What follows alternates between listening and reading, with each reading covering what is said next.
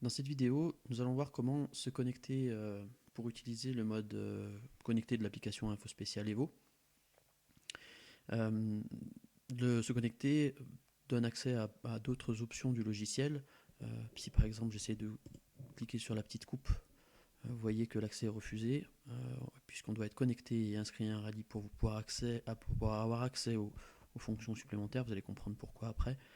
Dans cette vidéo, nous allons voir comment se connecter et s'inscrire à un rallye sur le site d'Info Spécial. Ça n'a rien à voir avec l'engagement d'un rallye classique. Euh, donc voilà. Pour se connecter avec le compte que vous avez configuré sur le site d'Info Spécial, qu'on a vu dans une vidéo précédente, vous pouvez cliquer sur Menu, se connecter, et l'interface de connexion apparaît avec des petites conditions d'utilisation avant qu'il faut accepter. Si vous refusez, clairement, vous ne pourrez pas vous connecter. Voilà, ça vous ramène à l'interface principale d'Info Spécial et vous restez en mode déconnecté, vous voyez ici. Les conditions d'utilisation sont juste là pour dire que vous allez utiliser le mode connecté et que ça peut engendrer des frais si vous n'avez pas un forfait téléphonique adapté, donc un forfait data. Donc moi je vous invite à ne pas utiliser Info Spécial si vous n'avez pas le forfait illimité en data, parce que ça peut coûter, je pense, assez cher. Et en tout cas, l'association Info Spécial ne sera pas responsable des frais engendrés. Voilà, donc il faut le lire, il faut l'accepter. Il y a rien de bien particulier, mais en tant qu'association loi 1901, voilà, c'est juste pour vous informer qu'on ne pourra pas être responsable des frais que ça pourrait occasionner. Donc, moi, je vais accepter, puisque j'ai le forfait téléphonique adapté, où je suis en Wi-Fi, par exemple. Ça fonctionne très bien si vous n'êtes pas en 3G ou en 4G, ou même en Edge, mais si vous êtes en Wi-Fi. Et donc, l'interface de connexion, maintenant que j'ai accepté les conditions d'utilisation, apparaît. Le premier champ euh, sert à renseigner le pseudo, donc le nom d'utilisateur qu'on a vu sur le site Info Spécial tout à l'heure. Donc vous le tapez en majuscule, en minuscule, peu importe. C'est pas sensible aux majuscules ou aux minuscules. Et dans ce champ-là, vous allez pouvoir indiquer votre mot de passe comme c'est écrit. Alors pourquoi il y a iSteam tout de suite ici? C'est parce que je me suis déjà connecté et le logiciel se souvient des dernières connexions pour vous éviter à chaque fois de retaper votre pseudo. Ça l'indique automatiquement. Le mot de passe est à taper ici et on va cliquer sur ce bouton connecter pour vous connecter. Avant de se connecter, vous avez un lien vers le site internet pour créer un nouveau compte si jamais vous ne l'avez pas fait. Si vous ne retrouvez pas le site internet, peu importe. Ça va ouvrir un navigateur sur votre téléphone portable pour que vous puissiez enregistrer un nouveau compte depuis votre téléphone portable. Alors comme je le disais dans l'autre vidéo, il va falloir valider après l'ouverture de ce compte en cliquant sur un mail qui vous sera envoyé. J'ai quand même mis le lien pour que ce soit pratique et si vous avez oublié de le faire en arrivant sur un rallye par exemple, ou si votre copilote l'a jamais fait en arrivant sur un rallye, peu importe, ça peut toujours servir, mais c'est quand même plus pratique de le faire depuis le site internet sur un PC normal, classique. Donc je vais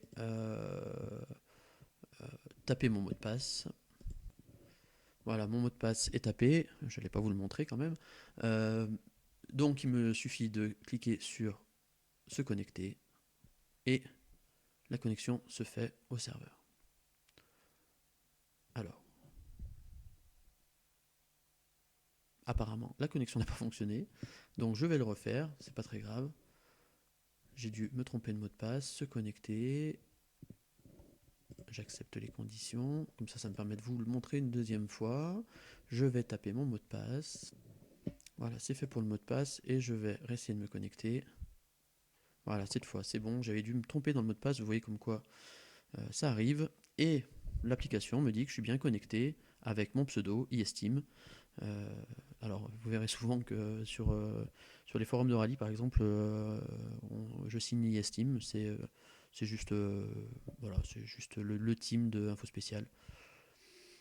Peu importe. Maintenant que on est connecté, on va aller s'inscrire à une épreuve. Alors, quel est l'intérêt pourriez être étonné de dire bah tiens il faut s'inscrire à une épreuve avant de pouvoir chronométrer ou et bien tout simplement l'intérêt c'est que vos temps quand ils vont être enregistrés sur le serveur, vous allez les temps justement seront classés par épreuve euh, et par spécial. Donc si on enregistrait des temps bêtement sans indiquer le rallye qui est concerné, vous auriez du mal à vous dire ah bah tiens tel temps c'était tel rallye et ce serait pas gérable.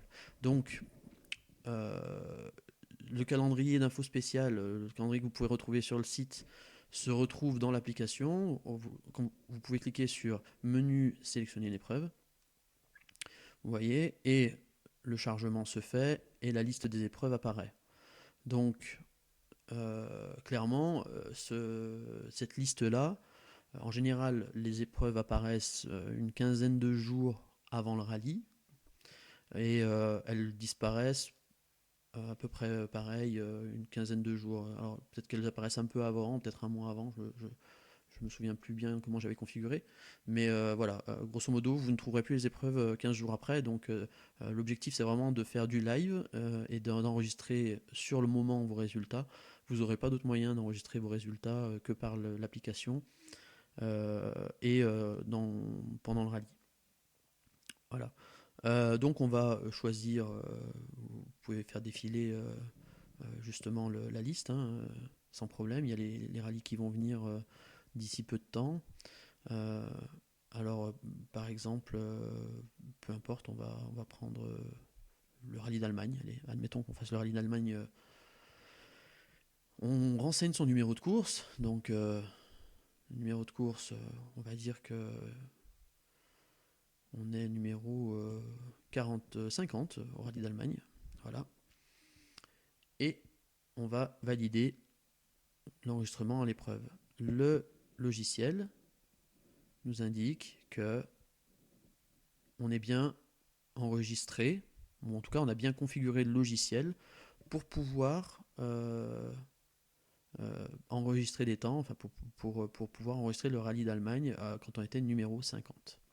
À partir de ce moment-là, vous avez accès à justement ce bouton avec la coupe qui va être expliqué dans une vidéo suivante et qui va vous permettre de suivre votre rallye et d'enregistrer vos temps sur le serveur.